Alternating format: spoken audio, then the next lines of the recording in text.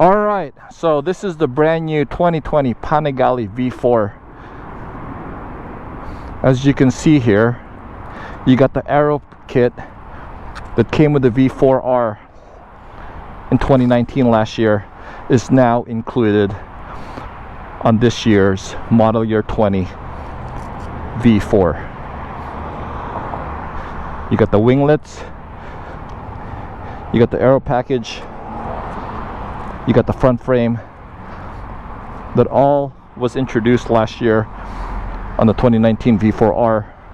Ducati Corsa race version is now included on the standard V4. So the V4 standard and the V4S now includes the aero package. So let's start this baby up.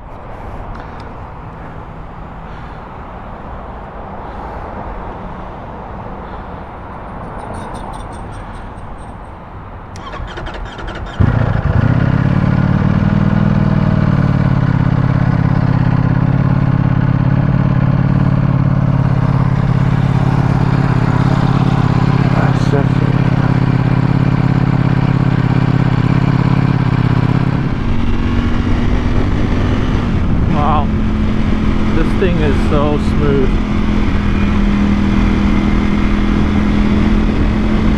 This bike belongs on a racetrack.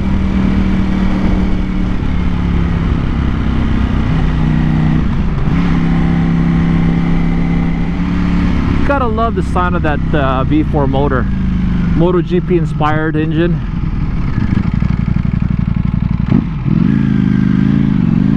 Came out in 2018. And ever since, the Panigale V4 has been the #1 selling. Turn right. Okay, we should have made it right there.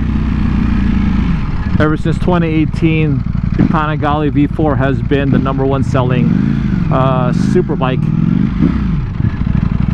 for 2 years in a row. And I'm pretty sure it's going to be the #1 selling super bike again for 2020.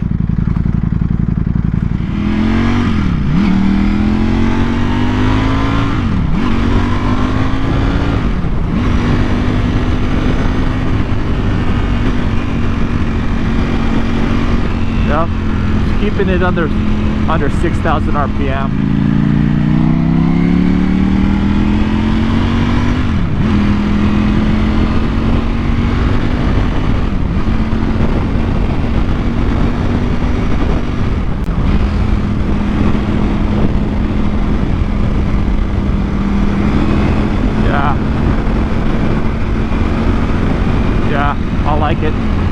I like it a lot. Yep. Sign me up. Oh yeah. Yep. This bike's going to be a lot of fun after it's properly broken in.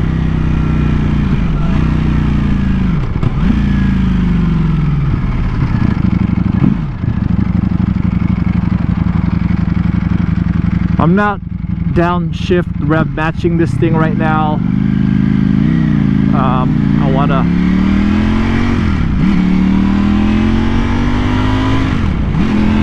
to see how it brakes naturally.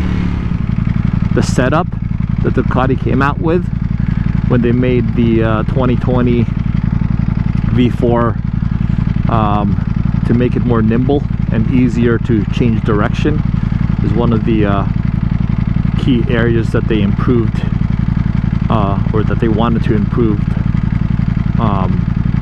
in the 2020 model, based on feedback that they received from, you know, writers and journalists that test rode the 2018 and the 19 V4. So Ducati took all that data and feedback and information, and they basically made the necessary adjustments to address those key focus areas. Also, the mapping on the motor, I believe they remapped first gear first, second, and third gear in the 2020 model year. So again, it's just to make the bike a lot easier to ride, and as a result, the bike's actually quicker around a racetrack than the previous model year. So that wasn't Ducati's main focus here, because they were already happy with the performance, but that was the end result of all the changes that they made in this year's model, that it actually ended up being quicker than last year's model V4.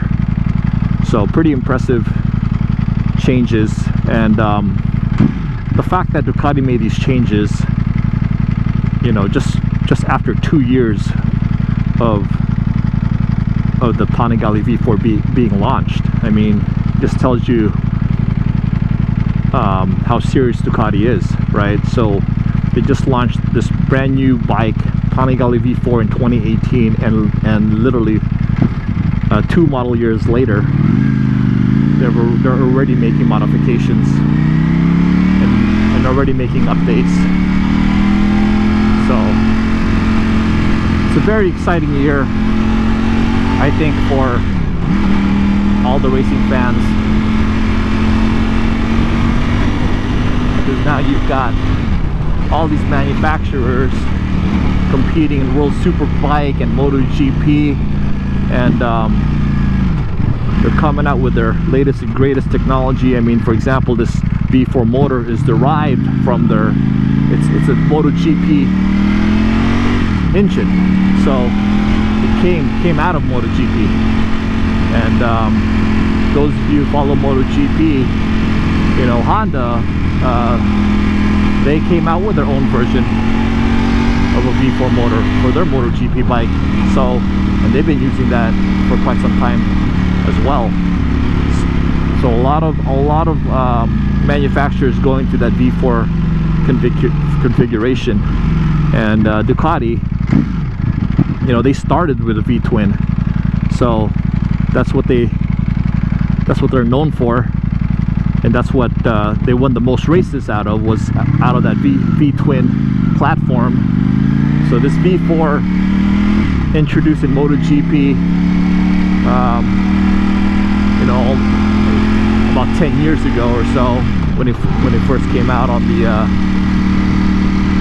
GP, their MotoGP bike, and now, you know, for the first time in 2018, it's now available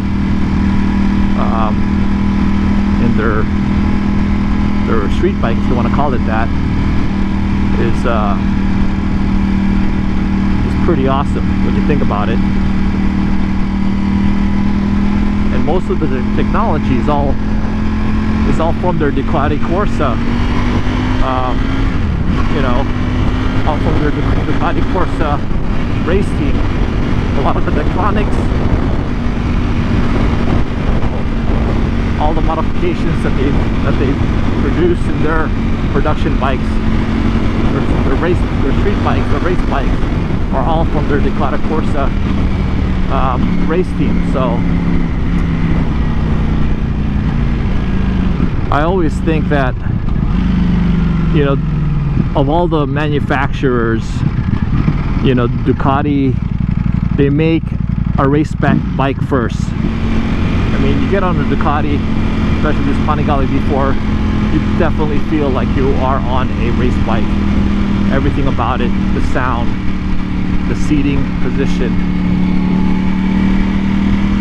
there's nothing, there's no feature comforts here. I mean, you're not going to get heated grips, you're not going to get cruise control. This is a race bike. It is stiff, and you can feel every ripple on the road. Obviously the O-leans, those are on the S model, so this does not have the O-lean suspension. These are the show up big piston forks and the Sachs rear shocks. So, but it's very manageable on the street. I mean, it does the job. There's no complaints. I think a track day review would be interesting to see, and quite frankly, on a track day, it could very well be just enough. You know, the standard V4 with the Showa and the Sachs rear suspension. I mean, it could be. I mean, that could be good enough. I mean, you know, it's, unless you're a professional racer or a really advanced rider, then maybe it would make sense to go to higher end Öhlins suspension, just to give you that extra adjustability when you're closer to the limit. But that's not me. You know, I'm not an advanced rider by all means, and just riding this bike right now, I think the Showa suspension, quite frankly, I think it's going to be just fine on a racetrack. It's going to be great for the street. It's going to be great for canyon riding on the weekends, and I'm pretty sure it's going to be just as good on a racetrack.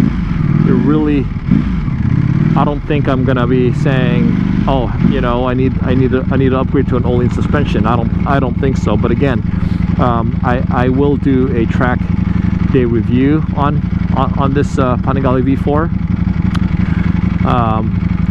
So more, I guess that's TBD, to be continued. But like I said, unless you're a super advanced rider riding close to the limit, then I don't think you're gonna need it. I started with 4 miles and it now has 28 miles, so I've put on 24 miles so far on this V4, and I'm loving every minute of it.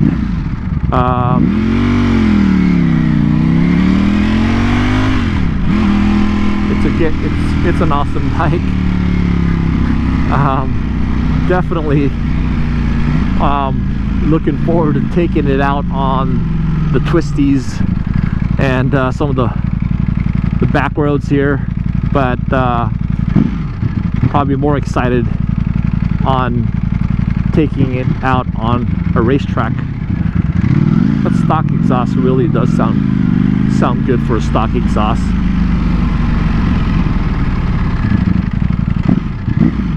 I believe it's Euro 4 compliant. The new V2, the new 2020 V2, those are Euro 5s, but these are still the Euro 4 compliant, so a little less strict, you know. But you know, I have to say the stock exhaust does sound good, and I mean at 214 horsepower in stock form, I mean, you know, no one's gonna complain for the lack of power. When you put on a full system Akrapovic exhaust, it boosts it up, I believe, another 10-12 horses, increases your torque as well. So just a lot more extra power, extra torque. If I was to get a full system Akrapovic exhaust, I'm not getting it for the horsepower, for the extra horsepower and torque. I'm getting it for more of maybe the sound and a little the weight savings, right? But I mean the performance in stock form is more than enough, more than I can handle, that's for sure. So but Akrapovic full system exhaust on this thing, I can imagine it's gonna so much, that much better. So I was cruising on second gear.